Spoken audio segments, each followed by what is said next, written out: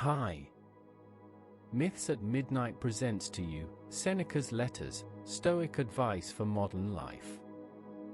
Welcome, weary traveler, to a quiet sanctuary of thought. As the world outside gently recedes, we invite you to settle into a space of profound calm. Tonight, we embark on a tranquil exploration of the enduring wisdom found within the letters of Lucius Annaeus Seneca, a voice from ancient Rome whose insights into the human condition remain as vital and illuminating today as they were 2 millennia ago.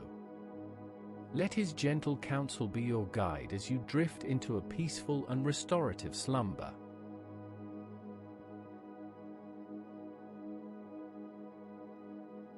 Our journey begins by gently drawing back the veils of time, returning to the heart of the Roman Empire, a bustling crucible of power, ambition, and intellectual fervor. It is here, amidst the marble grandeur and the complex tapestry of imperial life, that we encounter our guide, Lucius Annaeus Seneca, a figure of immense intellect and influence. His name resonates through history not only as a distinguished statesman and a compelling tragedian but, most enduringly, as a profound Stoic philosopher whose words continue to offer solace and clarity. Born in Corduba, Hispania, around the dawn of the Christian era, Seneca's life was a vibrant, often turbulent, odyssey through the highest echelons of Roman society. He witnessed firsthand the shifting tides of power, served as an advisor to emperors, including the infamous Nero, and navigated the treacherous waters of court intrigue. His experiences were a rich, if sometimes bitter, harvest, providing him with a unique perspective on human nature, ambition, and the fleeting nature of earthly success.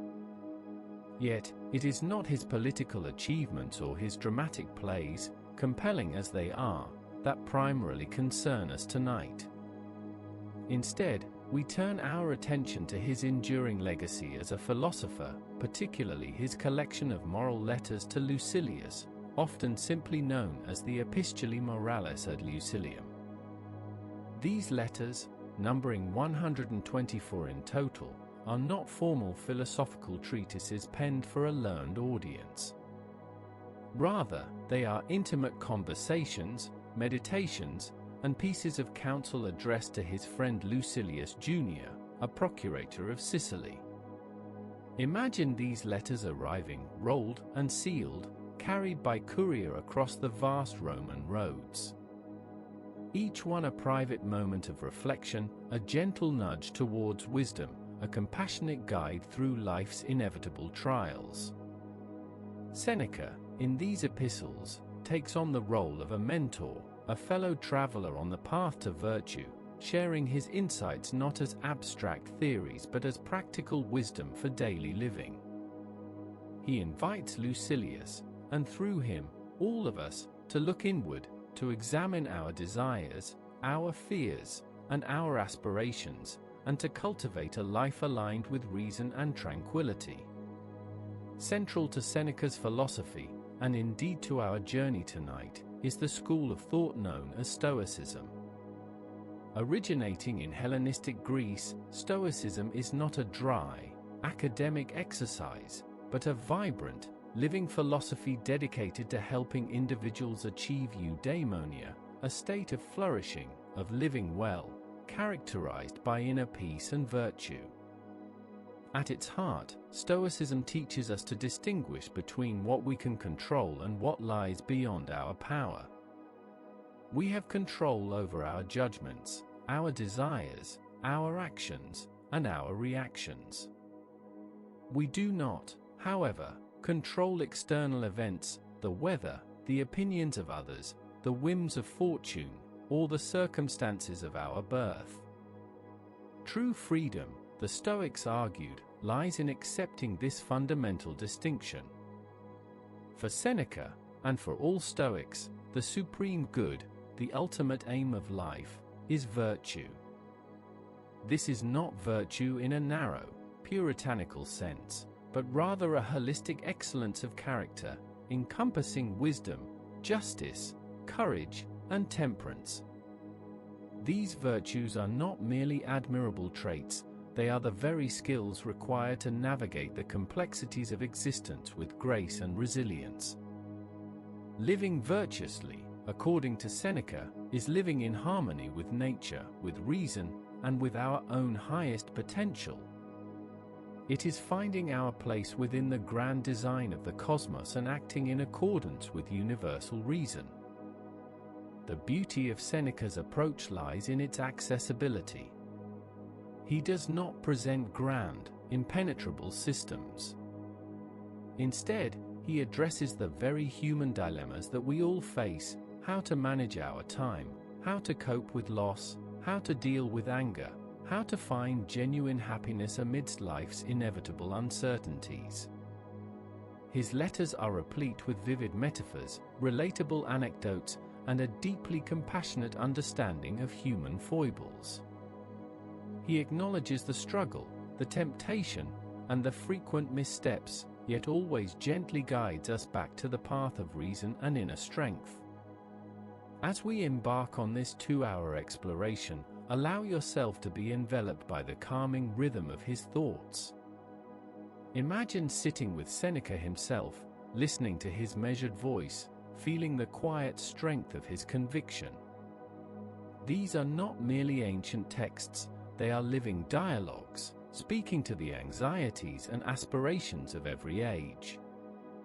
Seneca offers us tools, not prescriptions, for building a life of profound meaning and unshakable peace. He invites us to look beyond the superficial clamor of the world and to connect with the deeper wellsprings of our own inner wisdom.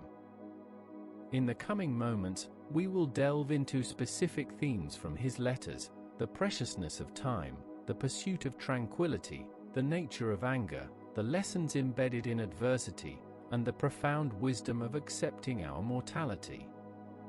Each segment will gently unpack another facet of his philosophy, offering quiet reflections that may, perhaps, resonate deeply with your own experiences, guiding you towards a deeper understanding of yourself and the world around you.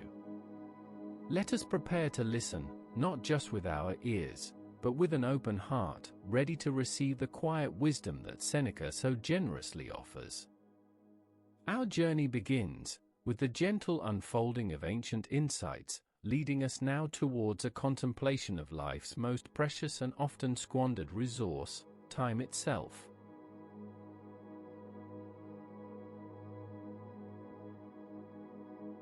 As the gentle currents of our journey continue, we arrive at a cornerstone of Seneca's wisdom, his profound meditation on time, eloquently articulated in his essay De Brevitate Vitae, or On the Shortness of Life.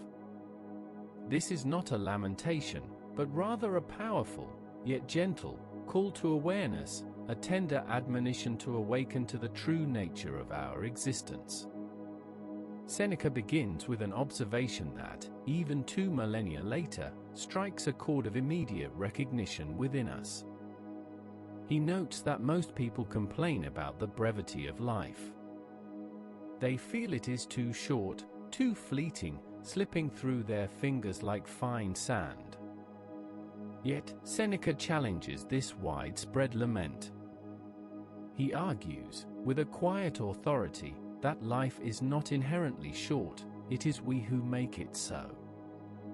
We are not given a meager span of years, he suggests, but rather we squander a significant portion of what we have been granted. This perspective shifts the blame, not to an external fate, but gently to our own choices, our own patterns of living. Consider, for a moment, how much of our lives we dedicate to pursuits that ultimately yield little lasting fulfillment. Seneca speaks of those who are consumed by ambition, tirelessly climbing ladders that lead only to higher anxieties. He observes those who are entangled in the relentless pursuit of wealth, never truly feeling they have enough, always striving for more. There are those, too, who are lost in endless social engagements, gossip, or trivial amusements, believing themselves to be busy, yet never truly engaged with the substance of their own existence. He uses a powerful metaphor: we are like spendthrifts with our time, much more so than with our money. If a person were to carelessly throw away their inheritance, or allow their estate to be plundered, they would be met with scorn and condemnation. Yet, when it comes to time, an infinitely more precious and irredeemable resource, we allow it to be stolen, squandered, or idled away with hardly a thought. Time, unlike wealth, cannot be recouped, nor can it be stored. Each moment lived, each breath taken, is a moment past, never to return. The true tragedy, Seneca posits, is that many people only begin to realize the preciousness of time when it is already slipping away, in the twilight years of their lives. It is then that they look back with regret, seeing the vast stretches of their past consumed by busyness, by anxiety, by the pursuit of external validation, rather than by meaningful engagement with their true selves and their values. The irony is poignant: they lived their lives as if they were immortal, only to awaken to their mortality when it is almost too late to truly live. What, then, is the Stoic remedy for this widespread malady of mismanaged time? It is not a frantic rush to fill every moment, but rather a mindful presence, a deliberate engagement with the present. Seneca encourages us to live each day, each hour, as if it were a complete life in itself. To extract its full essence, to be fully present in its unfolding, rather than constantly deferring our true living to some imagined future. While we are postponing, he writes, life speeds by. The future is uncertain, the past is unchangeable. The only moment we truly possess is this very one, now. He differentiates between merely existing for a long time and truly living. A person who lives for 80 years, yet spends 70 of those years in idleness, distraction, or the service of others' whims, has not lived a long life, but merely existed for a long time. The quality of our years, the richness of our engagement with them, is what truly defines the length and fullness of our lives. To live fully is to live virtuously, to pursue wisdom, to cultivate tranquility, and to act in accordance with reason. Seneca encourages us to be the masters of our own time, not its slaves. This involves a gentle, yet firm, introspection. What are we truly dedicating our moments to? Are these pursuits aligned with our deeper values? Are we allowing external pressures, or the fleeting desires of others, to dictate the rhythm of our days? To reclaim our time is to reclaim our autonomy, to choose deliberately how we wish to invest our most irreplaceable asset. This does not mean we must abandon all pleasure or social connection. Rather, it is an invitation to infuse these aspects of life with greater intentionality and mindfulness. To enjoy a conversation fully, to appreciate a moment of quiet reflection, to engage in our work with purpose, rather than simply passing the hours. It is about deep living, not just long living. As you listen, perhaps a quiet reflection arises within you. Where might time be subtly slipping away in your own life? Are there moments, hours, or even days that feel lost to distraction, to unfulfilling obligations, or to simply waiting for something else to begin? Seneca's gentle counsel is not to regret the past, but to awaken to the present, to treat each moment as a precious gift, and to cultivate a mindful awareness that allows us to truly live, fully and deeply, in the time that is given to us. This conscious engagement with time sets the stage for our next exploration, the cultivation of an inner tranquility that remains unperturbed by life's inevitable storms.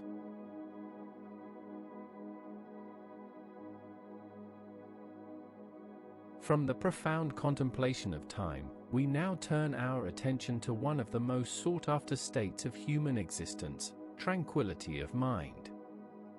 Seneca dedicates an entire essay, De Tranquillitate Animi, to this very subject, recognizing its supreme importance for a life well lived. In a world perpetually beset by external clamor and internal anxieties, the ability to cultivate an inner stillness, a deep sense of peace, is not merely desirable, but essential. Seneca's understanding of tranquility is not a passive absence of problems, nor is it a naive optimism that ignores life's hardships. Rather, it is an active state of equilibrium, a robust and resilient inner calm that can withstand the buffetings of fortune and the fluctuations of emotion. It is the ability to maintain one's composure, one's reason, and one's virtue, regardless of the external circumstances. The essay often begins with a portrait of a mind in turmoil, a soul restless and agitated, perpetually seeking new stimuli, new experiences, new distractions, yet never finding lasting satisfaction. This describes a common human predicament, the constant vacillation, the inability to settle, the sensation of being pulled in myriad directions by conflicting desires and external pressures. Such a mind, Seneca suggests, is like a ship without a rudder, tossed about by every gust of wind, never finding a steady course. One of the primary impediments to tranquility, Seneca observes, is our persistent desire for what we do not have, coupled with our inability to appreciate what we do possess.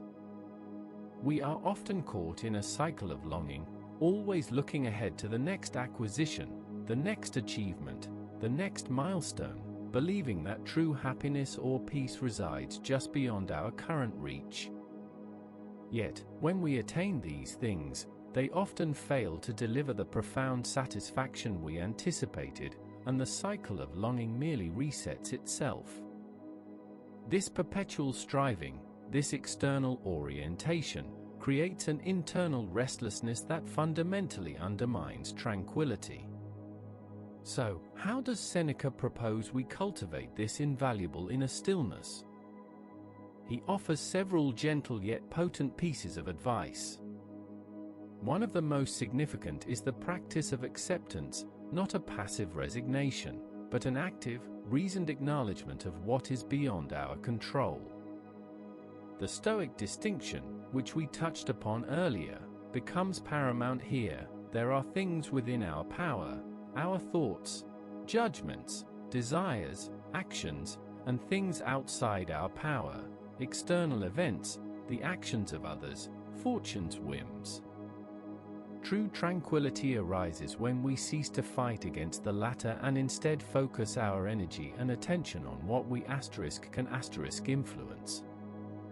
Another crucial aspect is the moderation of desires. Seneca does not advocate for an ascetic denial of all pleasure, but rather for an intelligent discernment. When our desires are boundless and untamed, they inevitably lead to disappointment and agitation, for the world can never fully satisfy an infinite appetite. By cultivating a sense of contentment with simple things, by learning to find sufficiency in what we have, we liberate ourselves from the tyrannical grip of endless craving. This detachment from external outcomes allows us to engage with life more freely, more playfully, and with less fear of loss or failure. He also speaks of the dangers of ambition and envy. The constant comparison of ourselves to others, the relentless pursuit of social status or external validation, is a sure path to internal disquiet. Envy, Seneca warns, is a particularly corrosive emotion, gnawing at the soul and poisoning any possibility of peace. To find tranquility, we must learn to celebrate our own unique path, to find joy in our own efforts, and to be genuinely happy for the successes of others, without allowing their achievements to diminish our own sense of worth. Seneca also emphasizes the importance of choosing our companions wisely. Just as still water can be muddied by a single disturbance, our inner peace can be disrupted by the company of restless, malicious, or envious individuals.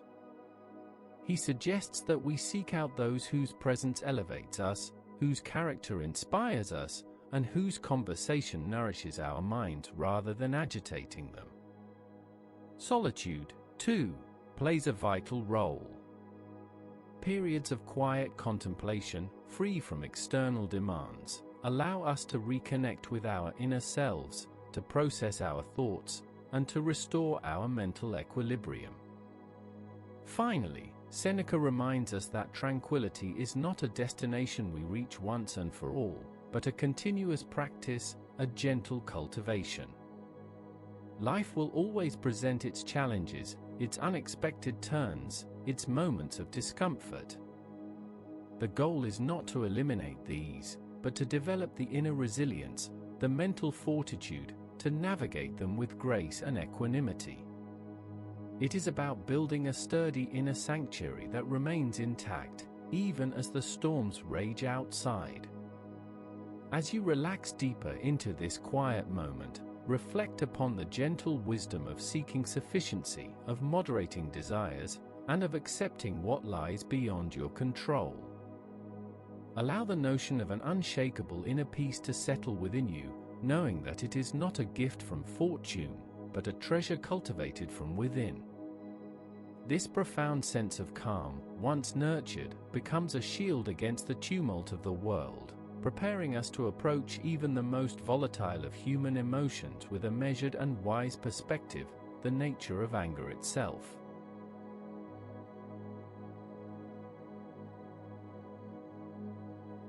From the quiet shores of tranquility, our gentle exploration now ventures into the turbulent waters of a particularly potent human emotion, anger.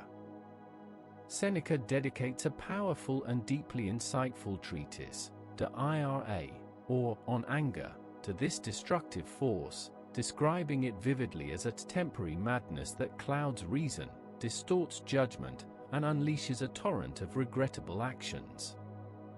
Seneca's examination of anger is not merely theoretical, it stems from a profound understanding of human nature and the countless examples he witnessed within the Roman court and society. He views anger not as a useful, motivating force, as some might argue, but as an utterly irrational and detrimental impulse. He argues that anger, far from being a sign of strength or a necessary tool for justice, is in fact a profound weakness, a surrender of our rational faculties to a fleeting, volatile passion. He meticulously dissects the genesis of anger. It often begins with a perceived slight, an injustice, or a frustration. A sudden rush of indignation, a tightening in the chest, a quickening of the pulse, these are the subtle harbingers. If left unchecked, these initial sparks can quickly ignite into a raging inferno, consuming not only the object of our ire but also the person experiencing the anger. The angry person, Seneca warns, becomes a danger to themselves and to everyone around them, losing all sense of proportion, fairness, and self-control. One of Seneca's most compelling arguments against anger is its utter futility. What does anger truly achieve? Does it solve the problem? Does it right the wrong? More often than not, it exacerbates the situation, alienates allies, and creates new, unforeseen complications.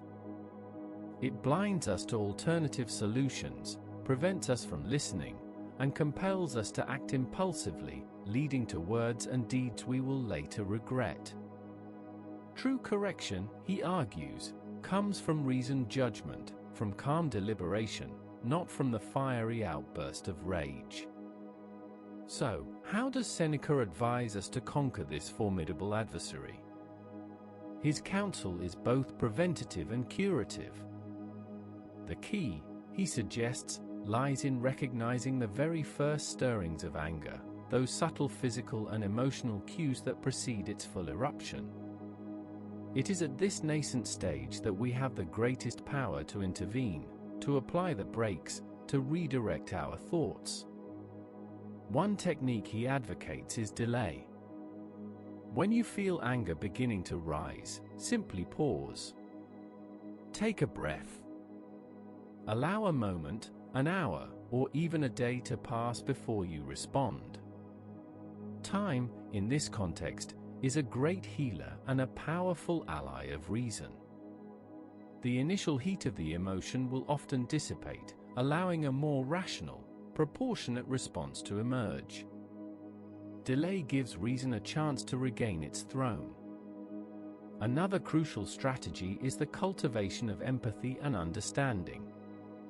Often, our anger stems from a narrow interpretation of events, a judgment based on incomplete information or a misunderstanding of another person's intentions.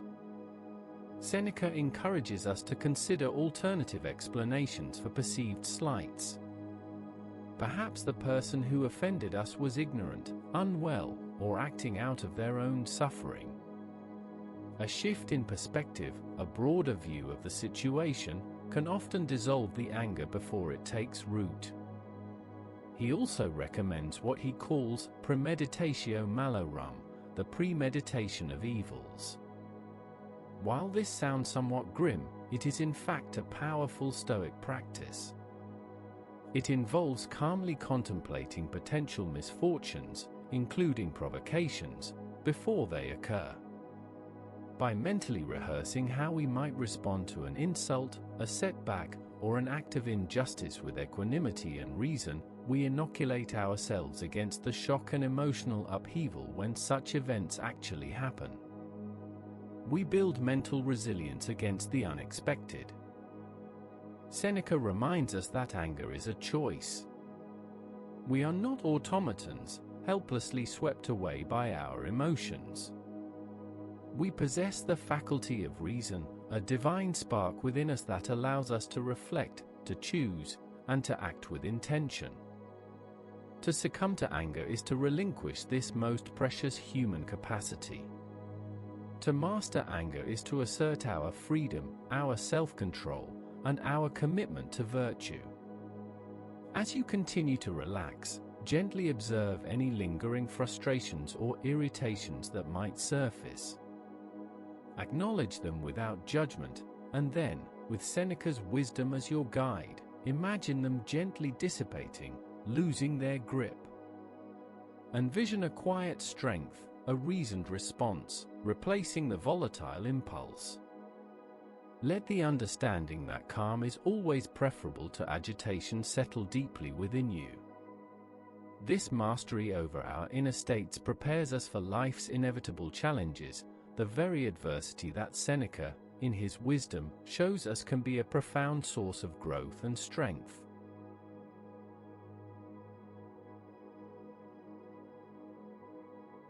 Having navigated the turbulent currents of anger, we now turn our gaze towards a deeper, more profound aspect of Stoic thought, the concept of providence. In his essay De Providentia, or Von Providence, Seneca addresses one of humanity's most enduring questions: why do good people suffer? It is a query that echoes across millennia, particularly vexing to those who believe in a benevolent cosmic order. Seneca, with his characteristic blend of realism and unwavering commitment to virtue, offers a powerful, albeit challenging, perspective. He begins by acknowledging the apparent paradox: if there are gods, and if these gods are benevolent, why do virtuous individuals encounter misfortune, hardship, and pain? The uninitiated might see this as evidence against a caring providence. Yet, Seneca argues precisely the opposite.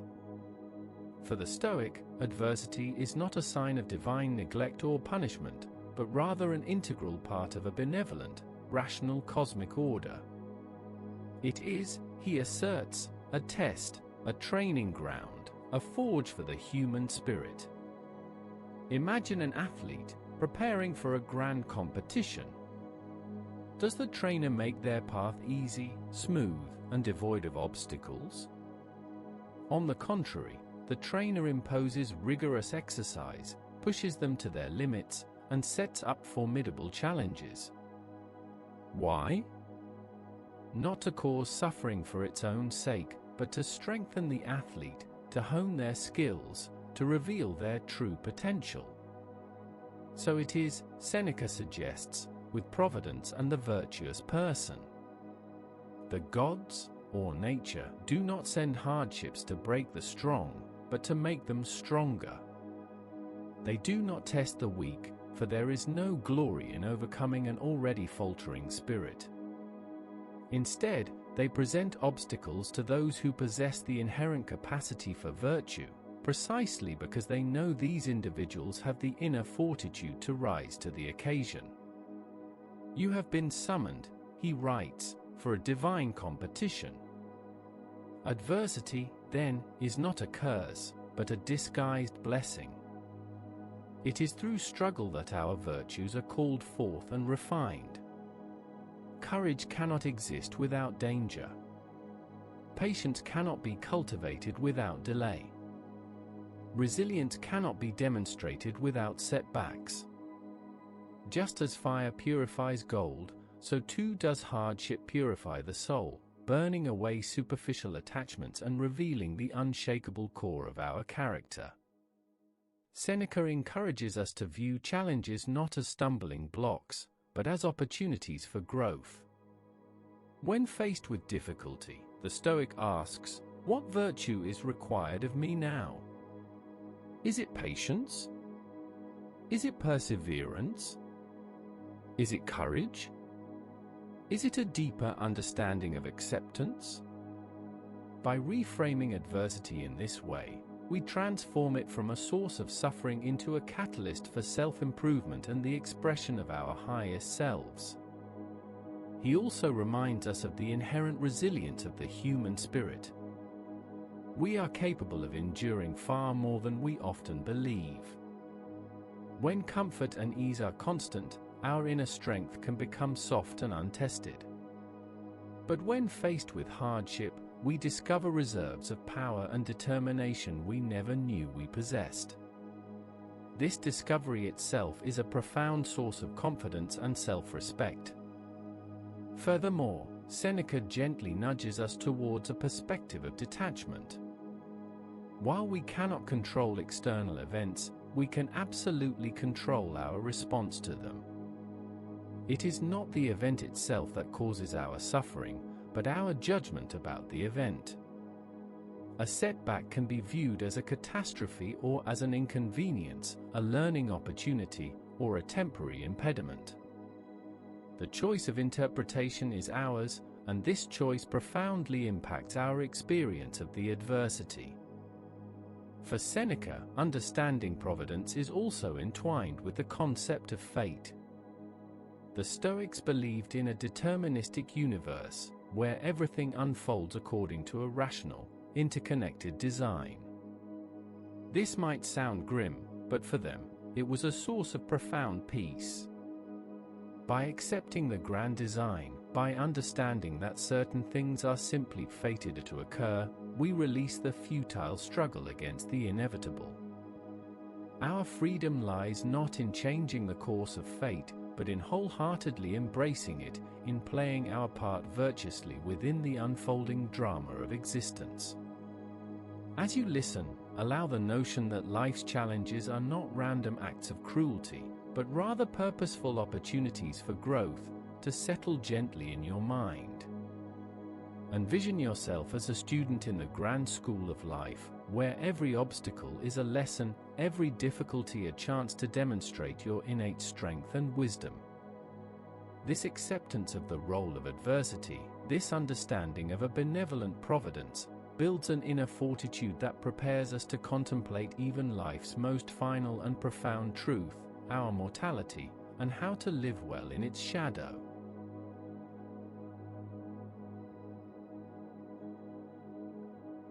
Our gentle journey through Seneca's wisdom now brings us to a theme that, at first glance, might seem somber, yet for the Stoics, it is a profound catalyst for a fuller, more virtuous life, the contemplation of death. In his letters, Seneca frequently returns to the concept of memento mori, a Latin phrase meaning remember that you must die. This is not a morbid obsession, but rather a powerful, practical tool for living with greater intention and less fear. For many, the thought of death evokes anxiety, fear, or a desire to avoid the topic entirely. Yet, Seneca argues that this aversion is precisely what diminishes our experience of life. By constantly pushing the thought of our mortality away, we subtly postpone our true living, assuming an indefinite future that is never guaranteed. He urges us to bring the thought of death into the light of day, not to be consumed by it, but to understand its natural, inevitable place within the cycle of existence. He reminds us that death is not something that happens only at the end of life, rather, each day, each hour, each passing moment takes a piece of our life with it. We die every day, he writes. The life we lived yesterday is gone. The moment that just passed is irretrievable. This awareness is not meant to create despair, but to awaken us to the preciousness of the present. If every moment is a step towards our eventual end, then every moment also becomes an opportunity to live fully and authentically. The Stoic practice of memento mori, therefore, is an antidote to procrastination and triviality. If we truly remember that our time is finite, we are less likely to squander it on pursuits that do not align with our deepest values. We become more discerning about how we spend our energy, our attention, and our affections. It encourages us to speak the kind words now, to reconcile the differences now, to pursue our virtuous aspirations now, because the opportunity may not present itself again. Seneca teaches us that the fear of death often stems from a misconception of it. We fear what we do not understand, or we project our anxieties onto an unknown future. Yet, death, he argues, is simply a cessation, a return to the state of non-existence that preceded our birth.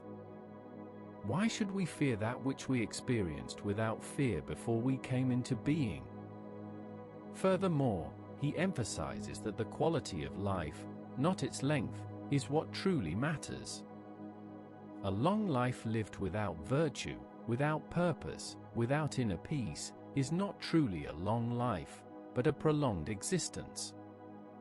Conversely, a shorter life lived with integrity, wisdom, and courage is a full life, rich in meaning and impact. Death, therefore, cannot diminish a life that has been well lived, for virtue is an eternal good that transcends the boundaries of time. To prepare for death, Seneca suggests, is to live well.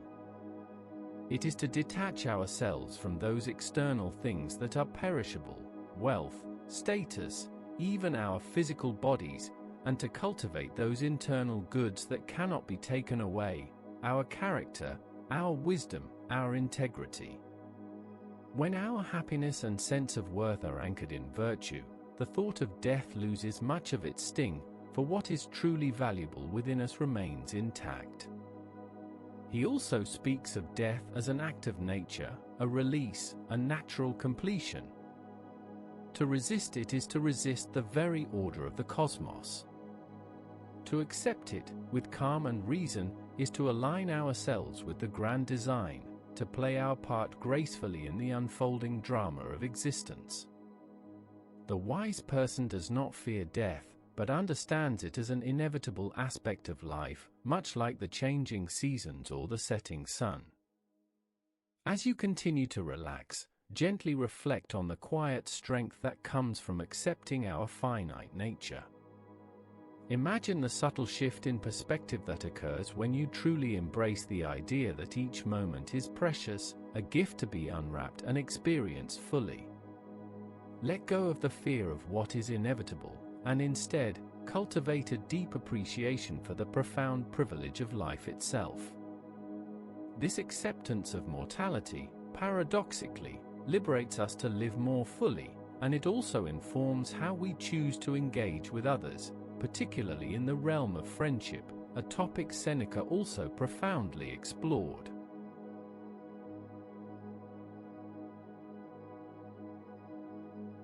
Having contemplated the profound truths of life and death, our gentle journey now leads us to explore the essential human need for connection, balanced with the equally vital practice of solitude. Seneca, in his letters, offers nuanced and practical advice on both friendship and the beneficial power of being alone, illuminating how these two seemingly opposite states are, in fact, complementary pathways to wisdom and tranquility. For Seneca, friendship is not merely a pleasant pastime or a transactional relationship. It is a sacred bond, a profound partnership on the path to virtue. He stresses the importance of choosing our friends wisely, for the company we keep profoundly influences our character, our thoughts, and our actions. A true friend, for Seneca, is not one who flatters or merely entertains, but one who challenges us, who holds us accountable to our highest ideals, and who walks alongside us in the pursuit of wisdom. The man who is a friend to himself, he writes, is a friend to mankind. This implies that one must first cultivate inner integrity to be a good friend to others. He warns against surrounding ourselves with those who are restless, anxious, envious, or consumed by superficial desires. Such individuals, he suggests, will inevitably disturb our inner peace and pull us away from our philosophical pursuits. Just as a contagious illness can spread, so too can negative character traits and destructive habits. Therefore, the deliberate choice of virtuous companions becomes a crucial act of self-care and a commitment to our own moral development. A true friend, for Seneca, is one with whom we can be completely authentic, one before whom we can lay bare our souls, our vulnerabilities, and our most private thoughts, knowing we will be met with understanding and constructive counsel.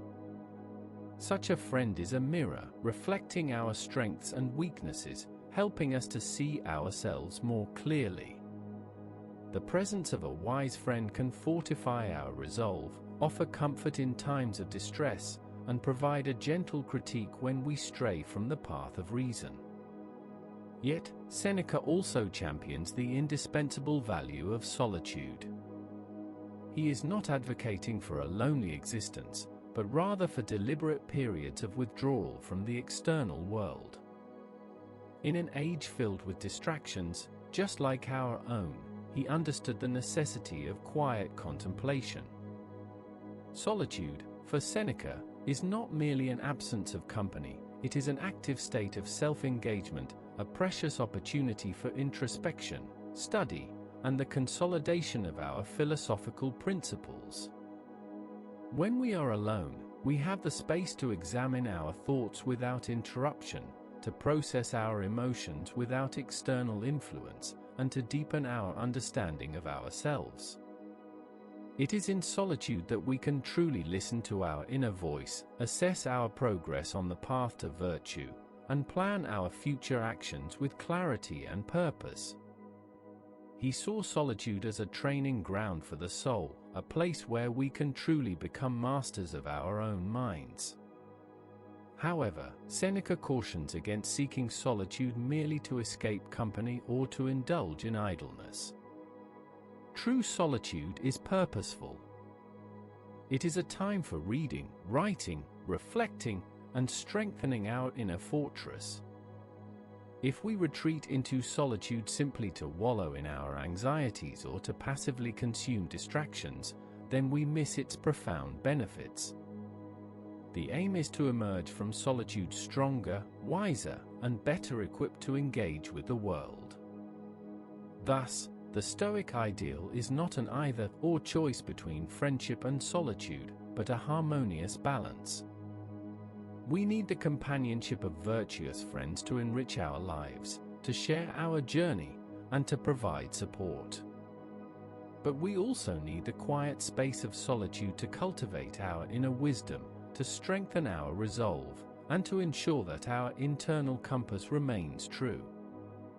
One nourishes the soul through connection, the other through profound self-reflection. As you continue to drift peacefully, consider the gentle rhythm of connection and contemplation in your own life. Who are the friends who genuinely uplift you, and what are the moments of solitude that truly nourish your spirit? Allow the wisdom of finding this harmonious balance to settle softly within you, knowing that both chosen companionship and deliberate aloneness contribute to a rich and tranquil existence. This inner balance provides a stable foundation as we turn our thoughts to a very practical and often challenging aspect of human experience, our relationship with wealth, poverty, and the true meaning of contentment.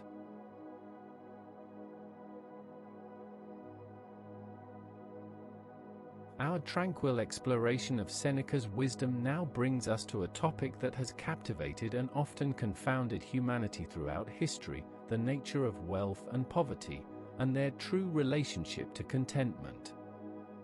In his letters, Seneca offers a radical, yet profoundly liberating, perspective on material possessions, urging us to look beyond the superficial allure of riches and to discover the true source of abundance within ourselves. Seneca, despite often living amidst considerable wealth due to his position in Roman society, was acutely aware of its seductive dangers. He observes that while people endlessly strive for more wealth, power, and possessions, these external acquisitions rarely deliver the lasting happiness or peace they promise. Instead, they often bring with them new anxieties, the fear of loss, the burden of managing them, and the insatiable desire for even more. The more one has, he notes, the more one fears losing it, and the more one feels deficient in comparison to others who have even more. For the Stoic, true wealth is not measured by the contents of one's coffers or the size of one's estate, but by the richness of one's character and the tranquility of one's mind. Virtue, wisdom, and inner peace are the only possessions that truly matter, for they cannot be stolen, diminish with time, or be taken away by fortune's whims. These are the indestructible treasures that reside within us, always accessible, always enriching. Seneca argues that our distress about not having enough often stems from confusing our needs with our desires. Our fundamental needs, food, shelter, basic clothing, are few and easily satisfied. It is our boundless desires, inflamed by comparison and societal expectations, that create a perpetual sense of lack. The wise person, he suggests, understands this distinction and cultivates a profound contentment with what is sufficient, rather than ceaselessly chasing after what is superfluous. He advocates for the practice of voluntary poverty or practicing hardship. This doesn't mean literally abandoning all possessions, but rather periodically and intentionally living with less.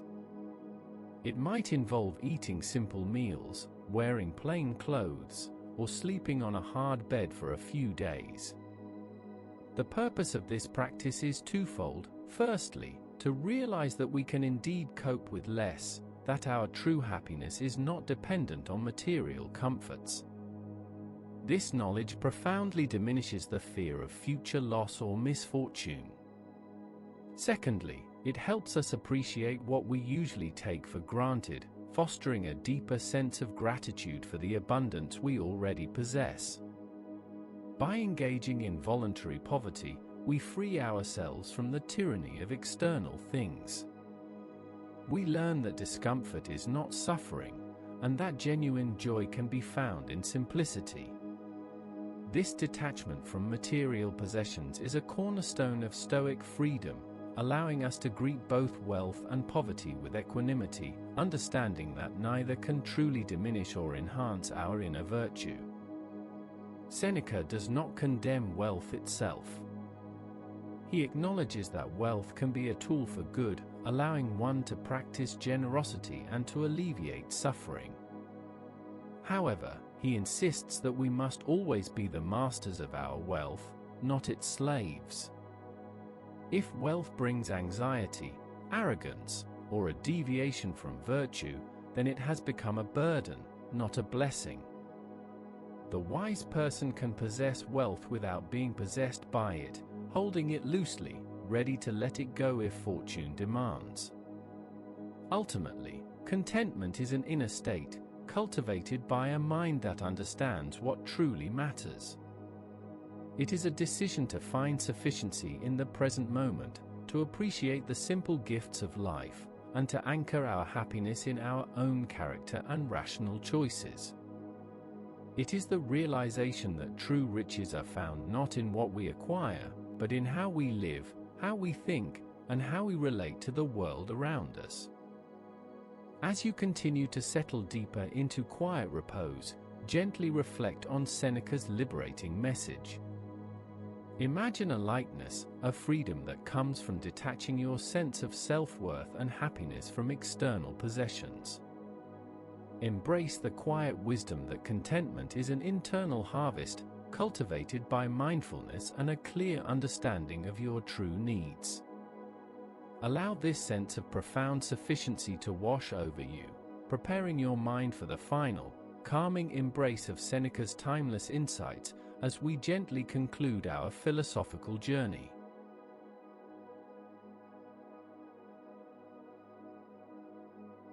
As the final gentle currents of our philosophical journey begin to flow towards a serene close, we pause to gather the threads of Seneca's wisdom, weaving them into a tapestry that speaks not only to the ancient world but profoundly to the complexities of modern life. His letters, penned 2 millennia ago, are not dusty relics, but vibrant, living dialogues that resonate with startling relevance in our contemporary age. We have explored his counsel on the brevity of life, a quiet yet urgent call to reclaim our most precious resource from the clutches of distraction and procrastination. In an era saturated with endless notifications, digital clamor, and the relentless pursuit of more, Seneca's voice reminds us to pause, to be present, and to live each moment with intention. His wisdom encourages us to discern between true engagement and mere busyness, urging us to invest our time in what genuinely nourishes our souls and aligns with our deepest values. His insights into tranquility of mind offer a vital antidote to the pervasive anxiety and restlessness that often characterize our hurried existence. In a world that constantly bombards us with external stimuli and demands, Seneca's teachings on acceptance, the moderation of desires, and the cultivation of inner stillness provide a sanctuary. He teaches us that peace is not an absence of external problems, but an internal resilience, a wellspring of calm that can be drawn upon regardless of life's inevitable storms. This internal fortress is a skill, a practice, available to all who choose to cultivate it. We delved into his powerful treatise on anger, recognizing its destructive folly and learning gentle strategies for its prevention and management. In an age where tempers often flare with alarming speed, and where online interactions can amplify negativity, Seneca's wisdom reminds us of the profound cost of surrendering to this temporary madness. He shows us that true strength lies not in explosive outbursts, but in reasoned composure, in the ability to respond with wisdom rather than react with rage. His exploration of providence and the role of adversity offers a profound reframing of suffering. In a culture often geared towards immediate gratification and the avoidance of discomfort, Seneca's message is a powerful reminder that challenges are not curses, but rather opportunities for growth, for the forging of character, and for the revelation of our innate resilience. He transforms hardship into a training ground, helping us to understand that what tests us also strengthens us, preparing us to face life's difficulties with courage and grace.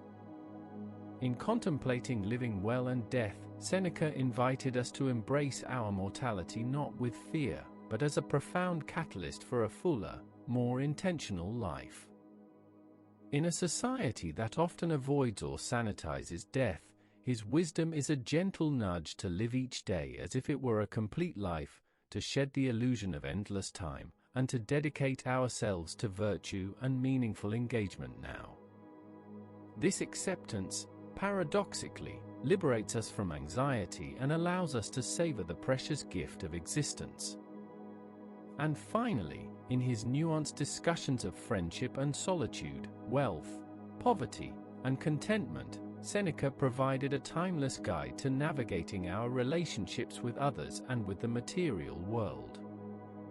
He reminds us to choose our companions wisely, to cultivate periods of purposeful solitude for self-reflection, and to understand that true riches are found not in external possessions but in the inner treasures of virtue and a tranquil mind. These insights offer a blueprint for building relationships that uplift and for finding profound satisfaction in a world often obsessed with superficial gains. As you now prepare to drift into the deepest realms of sleep, allow the gentle resonance of Seneca's voice to echo softly within you. His wisdom is not prescriptive, but invitational. He doesn't offer quick fixes, but a lifelong path of gentle self-mastery and profound understanding. He assures us that true freedom, lasting peace, and genuine happiness are not external circumstances to be chased, but internal states to be cultivated, hour by hour, day by day, through the steady application of reason and virtue. May his timeless counsel bring you a deep sense of calm, inspiring you to cultivate your own inner sanctuary of peace, resilience, and wisdom. Rest deeply now, knowing that the journey towards a more tranquil and virtuous life is a path always open, always inviting. Sweet dreams, and may the quiet wisdom of the ancients guide your restful slumber.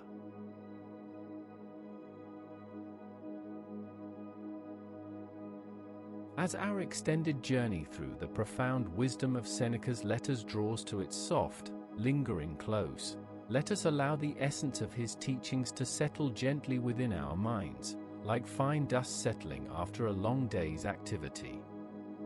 This final segment is not about new insights, but about deepening the tranquility, about consolidating the peace that his ancient voice has offered throughout our time together.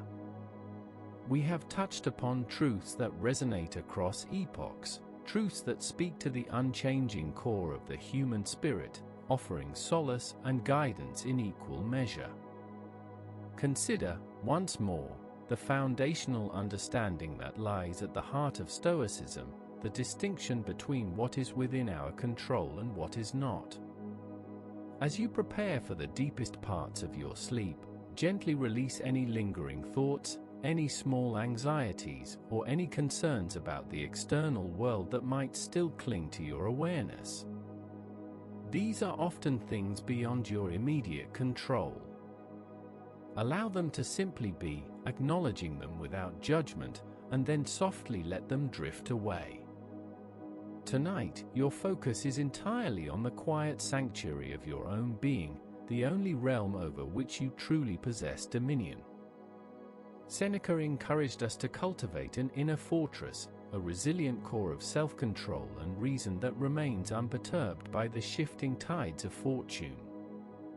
Imagine this fortress within you now, solid, serene, and deeply peaceful. It is not a place of rigid sternness, but of calm strength, built from the acceptance of what is, the courage to act virtuously, and the wisdom to discern what truly matters. In this inner space, you are safe, secure, and profoundly at peace. Recall his gentle urging to embrace the present moment, to live each breath, each heartbeat, fully and consciously. As your breath deepens and slows, feel the gentle rhythm of now. Let go of the past with its unchangeable events, and release the future with its uncertain promises. There is only this moment, this breath, this profound sense of rest. Allow yourself to fully inhabit this precious now, recognizing its completeness and its inherent peace. Seneca's wisdom is a timeless balm for the weary soul, a gentle reminder that true happiness and enduring contentment are not found in the chaotic pursuit of external achievements or fleeting pleasures, but in the steadfast cultivation of virtue, reason, and inner tranquility. He taught us that the greatest riches are not those we accumulate, but those we embody: wisdom, justice, courage, and temperance. As your awareness softly blurs at the edges, and your body grows heavier, softer, release any lingering tension from your muscles. Let your mind become as still as a deep, clear lake reflecting the stars. Allow the calming voice of Seneca's philosophy to be the final gentle whisper that guides you into restorative sleep. His words are an invitation to live with greater purpose, less fear, and an unshakable inner peace. But for now, they are simply a lullaby, a soft cadence for your slumber. May you enter the realms of deep, dreamless sleep, enveloped in a sense of profound calm and timeless wisdom. As you rest, know that these insights are always available to you, a quiet reservoir of strength and clarity. The Stoic path is one of continuous gentle practice, always present, always inviting. For tonight, simply rest.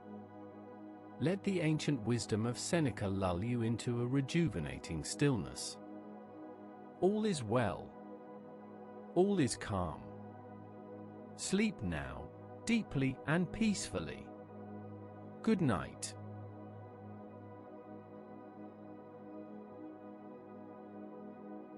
As the tranquil echoes of Seneca's wisdom continue to softly resonate, guiding you ever deeper into a state of profound relaxation, let us gently expand our contemplation, allowing his core principles to permeate even more deeply into the quiet corners of your mind.